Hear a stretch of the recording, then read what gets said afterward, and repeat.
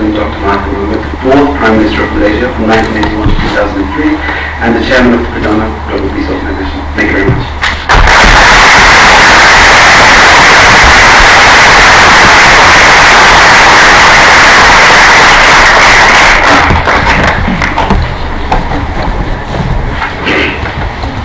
Mr. Mohamad of the Ramadhan Foundation, authorities of the Imperial College, ladies and gentlemen.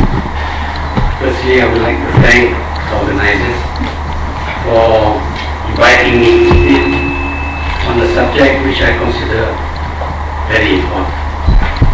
It is indeed heartening to be asked to speak on criminalizing war, a subject that needs to be taken up by all civilized people. How can we claim to be civilized when we condone and legalize mass killings of men, women and children, the old and the sick, as a solution to conflicts between nations?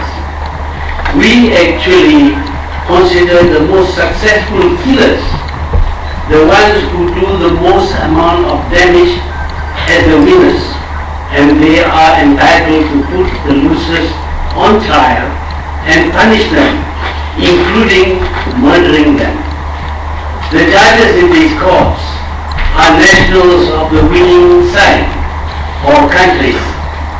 There can be no impartiality.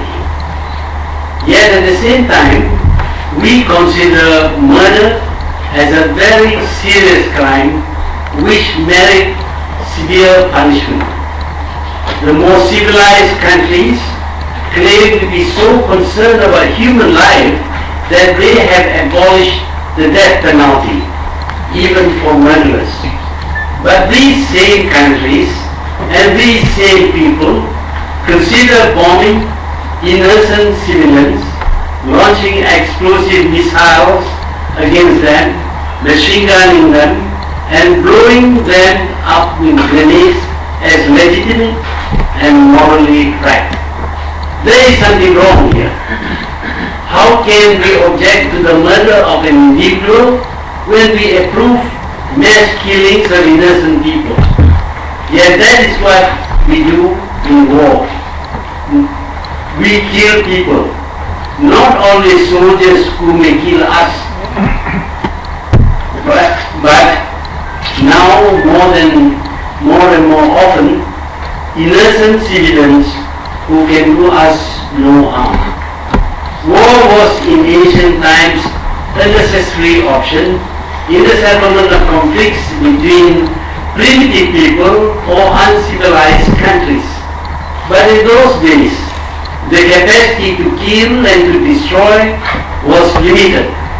The weapons used were incapable of mass destruction or mass killings. Soldiers had to handle the swords, bows and arrows, spears and daggers themselves. They had to face enemies who were similarly armed. If they failed to kill the enemy, they would be killed themselves. Wars were fought by soldiers on battlefields in those days. Of necessity, the armies were small and the killing relatively limited. The defeat of one or the other of the armies would end the war. The losers would submit to the victors and the war would be over. The killing would very often stop. But over time, the warlike nations developed more and more lethal weapons, and the killings have become more massive. Now we are seeing weapons of mass destruction capable of killing hundreds of thousands, not on battlefields, but just about anywhere. The whole country is made a battlefield, sparing neither towns nor countrysides, neither soldiers nor civilians, the old, the sick, the disabled men, women and children. The killings and the devastation is total. Such is the callousness of the human race that we see the killings and the wounds inflicted as just numbers, as casualties, and now we call them collaterals. The warriors gleefully notched their weapons to record the score of kills. It is as if these victims are not human. Yet the sufferings and the pain are very real to these people, to their families and to their friends.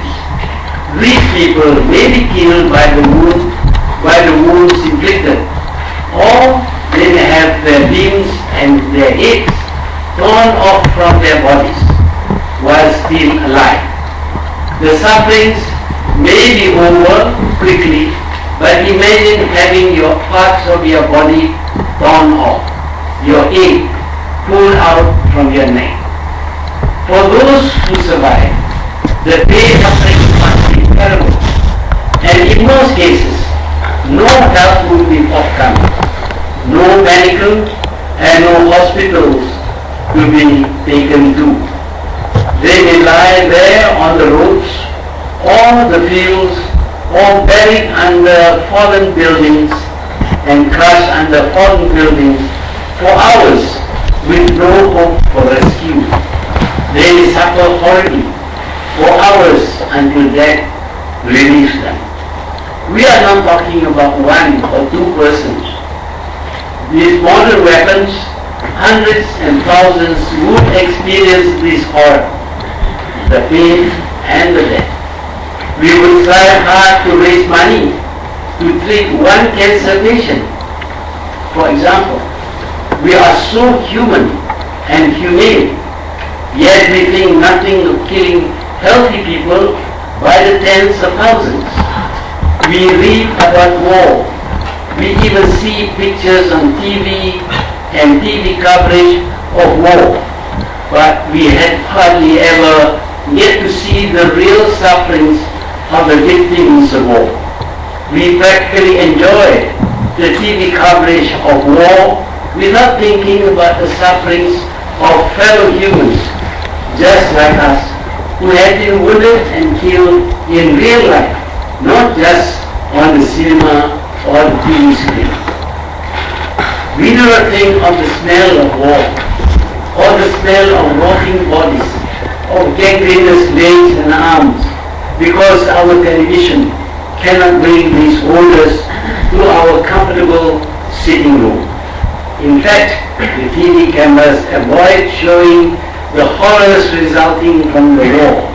They do not want to offend our sensitivities, nor do they record and broadcast the screams of pain of the wounded and the dying. We must all know that war is about pain and death and destruction. But after the civilized countries of the West developed standing armies to replace the irregular rebels, the state and the leaders of these countries began to glorify war.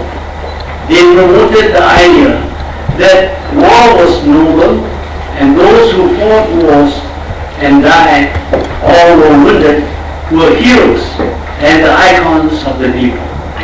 They struck medals to decorate the killers they sent into battle. Soldiers in the standing armies began to be fitted with smart uniforms embellished with stars and golden braid. They glorify the killers with statues and monuments, and stories are told of their exploits, that is, of the murders they committed. Eternal flames burned over their graves. In peacetime, they were made to parade in their smart uniforms, proudly showing off their skills and marching with precision like so many mechanical, brainless robots. And indeed, their brains had nothing in them other